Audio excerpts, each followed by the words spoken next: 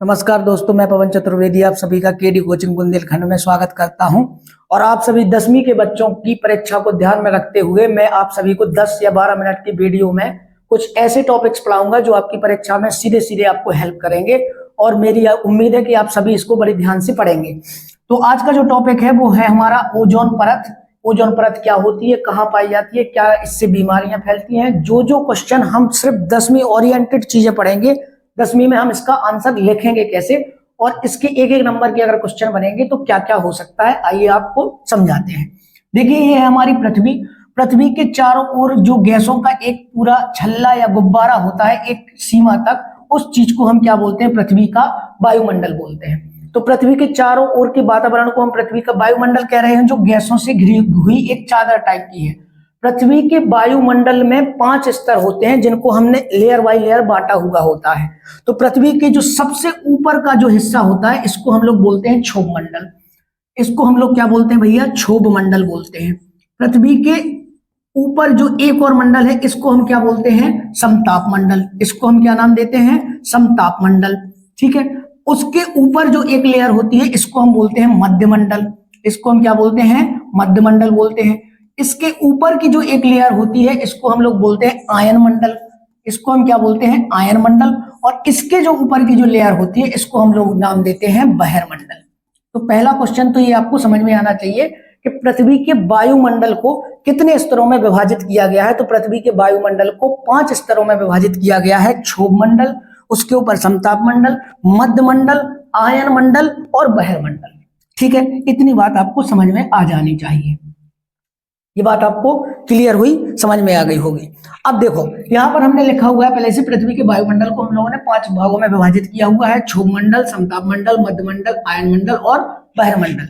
जितनी भी प्राकृतिक घटनाएं होती हैं, जितनी भी प्राकृतिक घटनाएं होती हैं, प्राकृतिक घटनाएं जितनी होती हैं, जैसे मौसम संबंधी घटनाएं जितनी होती हैं, जैसे वर्षा, आंधी, तूफान, वर्षा हो गई, आंधी हो गया, ठीक है, तूफान हो गया, बारिश, आंधी, तूफान, बिजली, बादल, जितनी मौसम संबंधी घटनाएं होती हैं वो सभी किसमें आती हैं, वो सभी आती हैं क्षोभ मंडल में।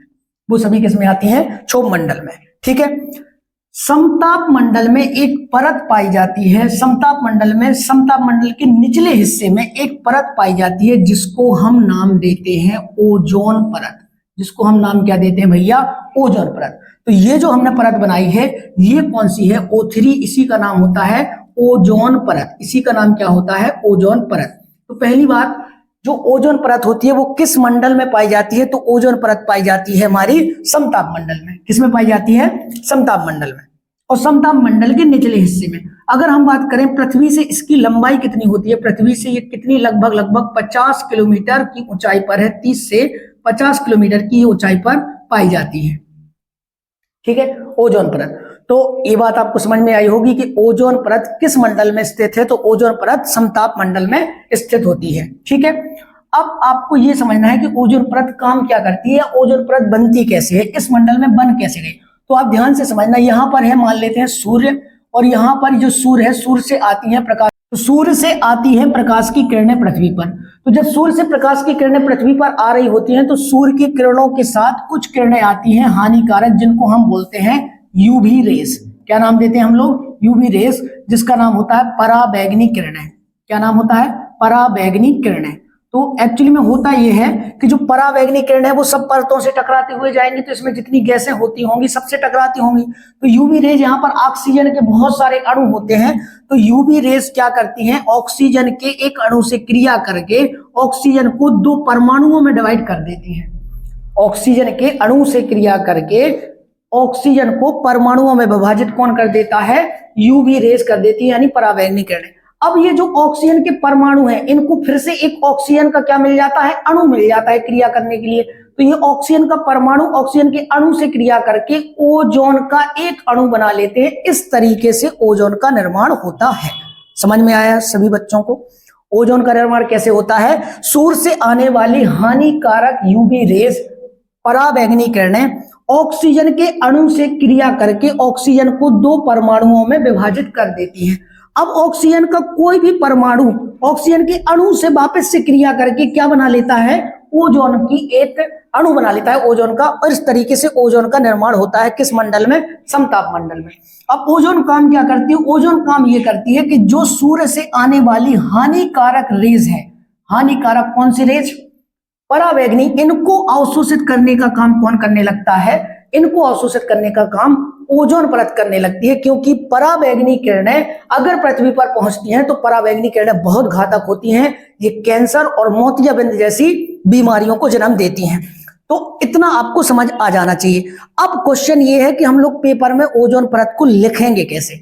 तो दोस्तों आइए हम आपको दिखाते हैं कि आप ओजोन का आंसर लिखेंगे कैसे। जो अभी मैंने समझाया है, अगर आपने ध्यान से समझा है तो अभी आपको याद हो जाएगा। आप देखें, ओजोन पृथ्वी के चारों ओर एक सुरक्षात्मक परत है। सुरक्षात्मक परत इसलिए है क्योंकि ये पृथ्वी पर आने वाली परावैंगनी किरणों से हमारी रक्षा करती है, जो सूर्य की हानिकारक परावैंगनी किरणों को पृथ्वी पर आने से रोकती है, या यहां पर हम लिख सकते हैं क्या करती है, अवशोषित करती है। क्या करती है, अवशोषित करती है। ठीक है, इस प्रकार यह जीवों को त्वचा कैंसर, मोतियाबिंद जैसी स्वास्थ्य समस्याओं से बचाती है। और यह कहां पर पाई जाती है, समताप मंडल में पाई जाती है। ये बात समझ में आई, ये कहां पर पाई जाती है, समताप मंडल में पाई जाती है। पृथ्वी से अगर इसकी ऊंचाई पूछी जाए तो 50 किलोमीटर से 30 किलोमीटर की रेंज में ये होती है, और यह समताप मंडल की निचली परत में स्थित होती है। ये बात आपको याद होनी चाहिए। ठीक है, अब आगे का अगर हम लोग समझे कि ओजोन का निर्माण कैसे होता है, तो अभी अभी मैंने तुम्हें सिखाया ना ओजोन का निर्माण कैसे होता है। क्या होता है कि सूर्य से आती है कौन सी किरणें, सूर्य से आती हैं यूवी रेज, जिनको हम बोलते हैं परावैंगनी किरणें।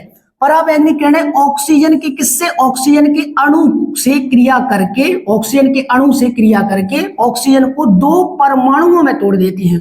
ऑक्सीजन को 2 परमाणुओं में तोड़ देती है। ठीक है, अब ये जो ऑक्सीजन का परमाणु है, अब दूसरे स्टेप में क्या होता है, ये हो गया पहला स्टेप। दूसरे स्टेप में क्या होता है, जो ऑक्सीजन का परमाणु है वो ऑक्सीजन का परमाणु फिर से वापस से, उसको कई सारे ऑक्सीजन होते हैं वहां पर, तो ऑक्सीजन के फिर से अणु से क्रिया करके, अब O2 से क्रिया करके क्या बना लेगा, O3 बना लेगा। और ये क्या बन गया, एक मॉलिक्यूल बन गया किसका, ये मॉलिक्यूल बन गया हमारा, ये अणु बन गया है किसका, ये बन गया हमारा ओजोन का, ये बन गया किसका, ओजोन का। इस तरीके से ओजोन का निर्माण होता है जो समताप मंडल में बन जाती है। ठीक है, ये 2 स्टेप में आपको लिखना पड़ेगी। कैसे लिखोगे, पहले स्टेप में आपको लिखना है पृथ्वी सूरज से आने वाली परावैंगनी किरणें ऑक्सीजन के अणु से क्रिया करके ऑक्सीजन को परमाणुओं में विभाजित कर देती हैं।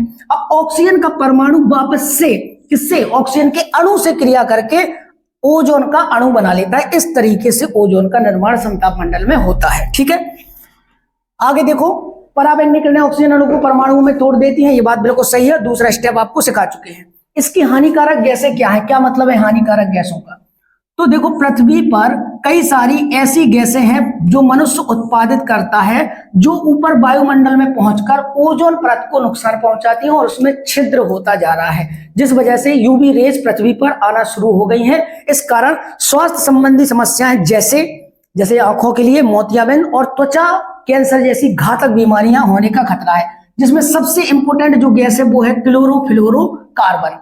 ठीक है, जो रेफ्रिजरेटर में यूज होता है क्लोरोफ्लोरोकार्बन। एक गैस है जिसका नाम है मीथेन, एक गैस है जिसका नाम है नाइट्रस ऑक्साइड, ठीक है, एक गैस है कार्बन डाइऑक्साइड। ये सारी गैसें क्या हैं, ये सारी गैसें ओजोन परत को हानि पहुंचाने वाली गैसें हैं। तो ये सारी गैसें के आपको नाम याद रखना पड़ेंगे, हानिकारक गैसें कौन कौन सी हैं जो ओजोन को नुकसान पहुंचाती हैं। तो ये आपका पूरा एक कंप्लीट आंसर होगा जो आपको 3 स्टेप में आपको लिखना पड़ेगा। तो आपको एक बार पूरा समझ में आना चाहिए। आप सभी बच्चों को मैंने समझा दिया कि देखो जो ओजोन परत होती है, ओजोन परत वायुमंडल के किस मंडल में पाई जाती है, वायुमंडल के समताप मंडल में पाई जाती है। क्योंकि वायुमंडल को हमने कितने में डिवाइड किया है, क्षोभ मंडल, समताप मंडल, मध्य मंडल, आयन मंडल और बहिर्मंडल। क्षोभ मंडल में जितनी भी प्राकृतिक घटनाएं होती है, वर्षा, आंधी, तूफान, बिजली, बादल, ये सारी किसमें होती है, क्षोभ मंडल में। समताप मंडल में क्या होता है, समताप मंडल में अगर कभी पूछा जाए तो जो वायुयान होते हैं, जो एरोप्लेन होते हैं, वो कहां पर उड़ते हैं, वो समताप मंडल में उड़ते हैं। आयन मंडल में जितने भी हमारे यहाँ से उपग्रह जाते हैं सब आयन मंडल में होते हैं। और बहिर्मंडल से शुरू हो जाता है हमारा अंतरिक्ष। ये बात आपको याद रखना है। ओजोन परत किसमें पाई जाती है? ओजोन परत पाई जाती है समताप मंडल में और समताप मंडल के निचले हिस्से में। अब हम लोग लिखेंगे कैसे? तो हम लोग लिखेंगे ऐसे, ओजोन पृथ्वी के चारों ओर एक सुरक्षात्मक परत है जो सूर्य की हानिकारक पराबैंगनी किरणों को पृथ्वी पर आने से रोकती है, उनको अवशोषित करती है। इस प्रकार यह जीवों को त्वचा कैंसर, मोतियाबिंद जैसी कई स्वास्थ्य समस्याओं से बचाती है। यह समताप मंडल में पाई जाती है और निचली परत में पाई जाती है, निचले स्तर में पाई जाती है। ये 50 से 30 किलोमीटर की रेंज में होती है। ठीक है, और आपको इसके बाद आपको क्या लिखना पड़ेगा? ओजोन का निर्माण कैसे होता है? आपको 2 स्टेप पता है। पराबैंगनी किरणें ऑक्सीजन के अणु को विभाजित करके ऑक्सीजन के परमाणु में तोड़ देती है, फिर ऑक्सीजन का परमाणु ऑक्सीजन के अणु से क्रिया करके ओजोन का अणु बनाता है। ठीक है, और उसको नुकसान पहुंचाने वाली गैसों के नाम chlorofluorocarbon, methane, nitrous oxide, carbon dioxide, carbon monoxide जैसी गैसें होती हैं। धन्यवाद।